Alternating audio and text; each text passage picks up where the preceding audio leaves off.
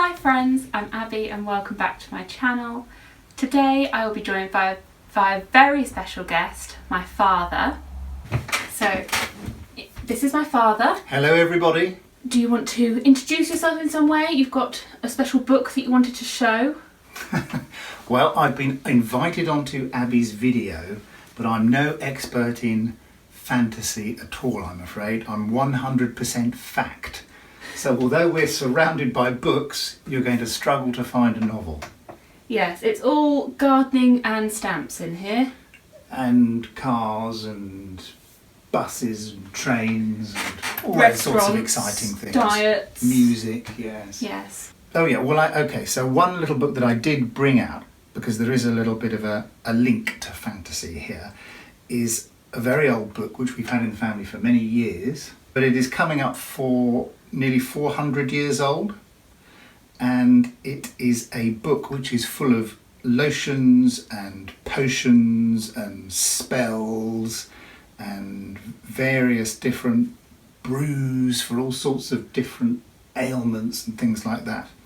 So for example, there's one here which is for all evils of the head, take rue and stamp it with strong acyl, mingle it and wash the head therewith.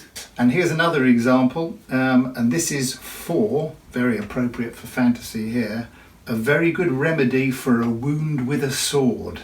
Take taxus barbarus, stamp it, take the juice of it in the wound, bleed it, wipe it, make it clean, washing it with white wine or water, then put the juice upon the wound and the herbs upon it, and then bind up the wound, and in one day you'll see a wonderful effect. There you go, and that was written 1636. Very old. So, as my father is unfortunately not much of a fantasy reader, I thought I'd give him 5 books of mine to look through, and he's only allowed to look at the cover and he has to try and guess the plot of each of these books, or come up with some form of plot based just on the aesthetics of the cover. So the first book is The 7 Deaths of Evelyn Hardcastle. The 7 Deaths of Evelyn Hardcastle, right. So first of all, Evelyn is a bit of a sort of a 1920s, 1930s Christian name. It's got a staircase on the front, which looks like it's a staircase in some sort of a stately home. So this is sort of pointing to sort of ghosty, haunty type fantasy, I guess. There is a clue with a very small bishop from a chess set lying at the bottom there, so I'm imagining that Evelyn, whoever she is, was a chess player. And she died 7 times. On the back there's a floor and there is looks like a compass. So maybe there's something, maybe there's a nautical theme, there's a north, south, west, something to do with directions in it. So yeah, that's probably about as far as I go. 1920s, 1930s, something to do with chess and direction and a compass and a big stately home. There we go. So you've got some of that correct. It is set in a stately home in the 1920s, but think more like an Agatha Christie type murder. Right.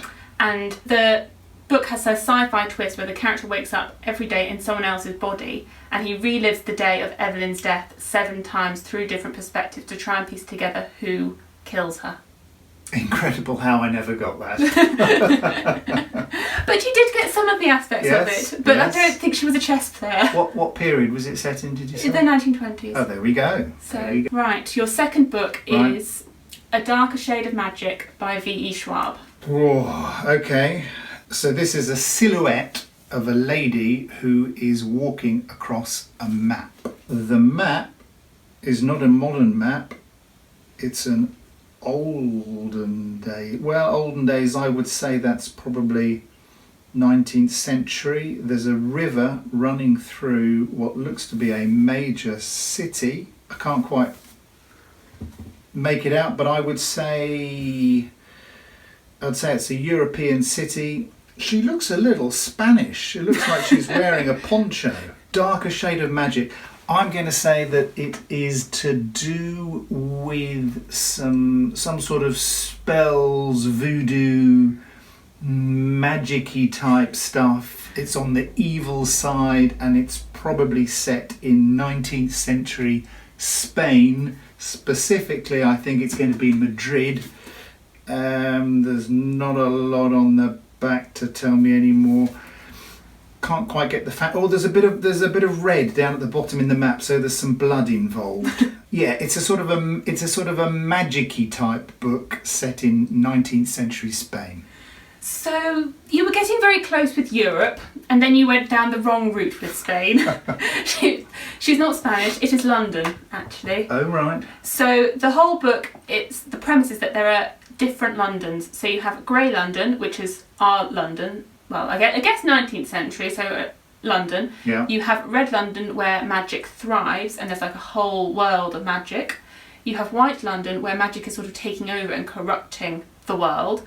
And then you have Black London, where the world is dead because magic has completely destroyed the world. And you have people that are able to cross between these different Londons as long as they have an artefact from that London. Time travel. More like cross-dimensional travel. So you're following the main character who is from Grey London, and she comes across someone from Red London and gets taken there and discovers magic, and it gets to just explore the world. So not really very Spanish. No, okay. So, but 3 out of 10? 4 out of 10? I mean, you got some of it. Okay, the third book is Jade City by Fonda Lee. Jade City. Okay, so we're back into another city. This isn't London. If it's Jade, it's not going to be London. Jade automatically makes me think of the Indian subcontinent, so I'm thinking Burma, India, that neck of the woods. This is looking quite ancient. I think we're going back in time here. There's some, I can't really quite make it out, but there's some ancient carvings. There's also a sort of a green, I don't know what you'd call that. Looks like a spell is being cast. Very green. There's a lot of green going on. And there's not a lot to go for in the back either, just more carvings. So I would say no, I don't think this is India. Well, okay, I think it's quite exotic, but I think it's a complete fantasy city. I don't think it's based on a real city. I think it's looking back rather than looking forwards because of all these ancient carvings. So I would say we're in a bit of a sort of a Lords of the Ringsy sort of magical mystery world in a city. Quite what happens in the Jade City, I have no idea, but that's the sort of environment I think we're in. Okay. So you're correct in that it is very much an Eastern-inspired fantasy, but it's not in our world. Okay. So that aspect is correct. It is set in like a modern day country, so they have things like cars and phones. Oh, really? They do, yes. And Jade is like the means that they are able to have power. So it's like the magic source in this world. And the city is sort of divided by two mafia-style families, and it's very political fantasy with these families sort of vying for control of the city. Right. Okay. Well, there's an awful lot you've read into. There's an awful lot that you can't read into just the words Jade City. There's not an awful lot. No, I'm sorry. I haven't really given you very much on this cover to go on, but it's all title. It is all title, and it's very green, as you were. Very green, yeah. Okay, well, your fourth book is Malice by John Gwynne. See what you can come up with. Okay, so clearly we are going into the past here. We really are in elves and dwarves and goblins and battles and vying for supremacy in different kingdoms, all that kind of stuff. We've got a big old sword on the front of the book with the head of a boar, it looks like, so that's probably relates to a clan or a group or a vying side. I'm getting a bit of a, I know this is all very mainstream, but I'm getting a bit of a Game of Thrones type feel coming out of this. There's a battle scene that appears to be going on here. The individuals in the battle have got pike staffs and shields and armour. If I was going to put a time period on it, it's sort of 15th century, something like that. Yeah, I think that's about as far as I would go. It's a fantasy world, dwarves, goblins, battles, vying clans, trying to become the supreme ruler.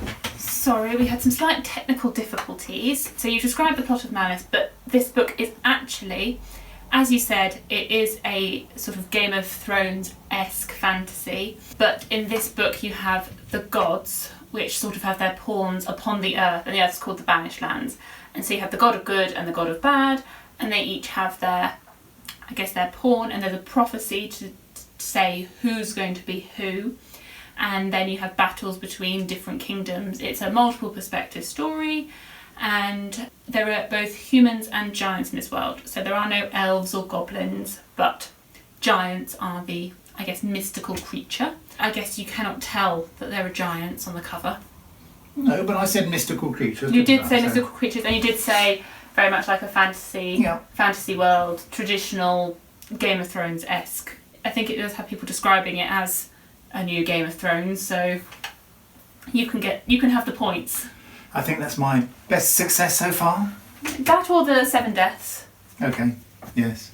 And then the final book. This is a bit like the, what was it called? Jade House? Jade City. Jade City, so it's all font and no illustration. Well, there is an illustration, and all it is a snake.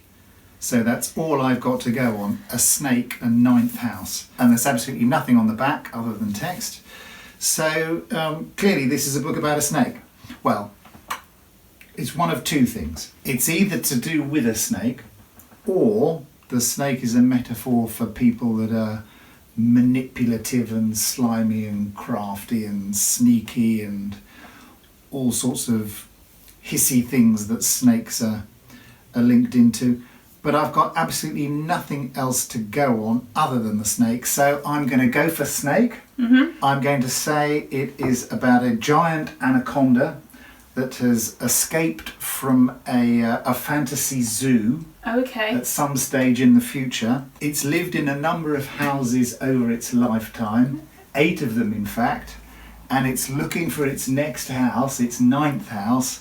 And it finds its 9th house, and it sets up with a lot of other snakes and spiders and fantasy creatures. There we go.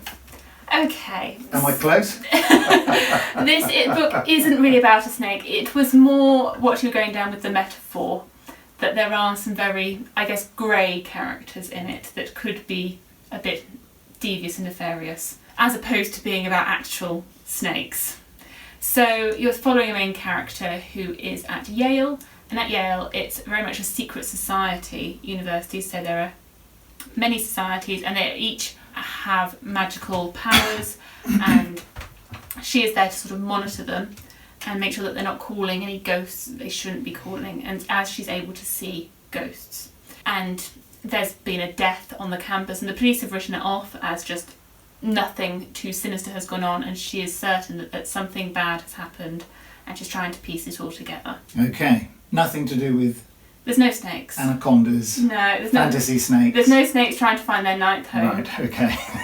But you know, that could be a plot somewhere, that there's a poor lonely snake that's wanting to escape the zoo. And... There we are. I've just given an author a new plot that they can work with. Yes, so those are the 5 books that I have tasked you with. Well, my takeaway is that graphic designers and artists need to read the books before they put the illustration on the front, because big fonts is just lazy and doesn't tell me anything about what's going on inside. Yeah, so I guess the ones that you did get closest with are Malice and the 7 Deaths, where there is a bit more of a... bit more to go on. Yeah. So that is a good takeaway. I believe there was a bit of a theme, I guess 2018, 2019, where every book seemed to have a snake on it. It seemed to be the image of the year for book covers. So maybe people got a bit obsessed with it. Yeah, certainly Lee Bardugo did. Well, maybe not necessarily Bardugo, but her publishing house. So thank you so much for joining me today. Pleasure. Thank you so much for watching. Please like, comment and subscribe, and I will see you in my future videos. Bye! Bye-bye.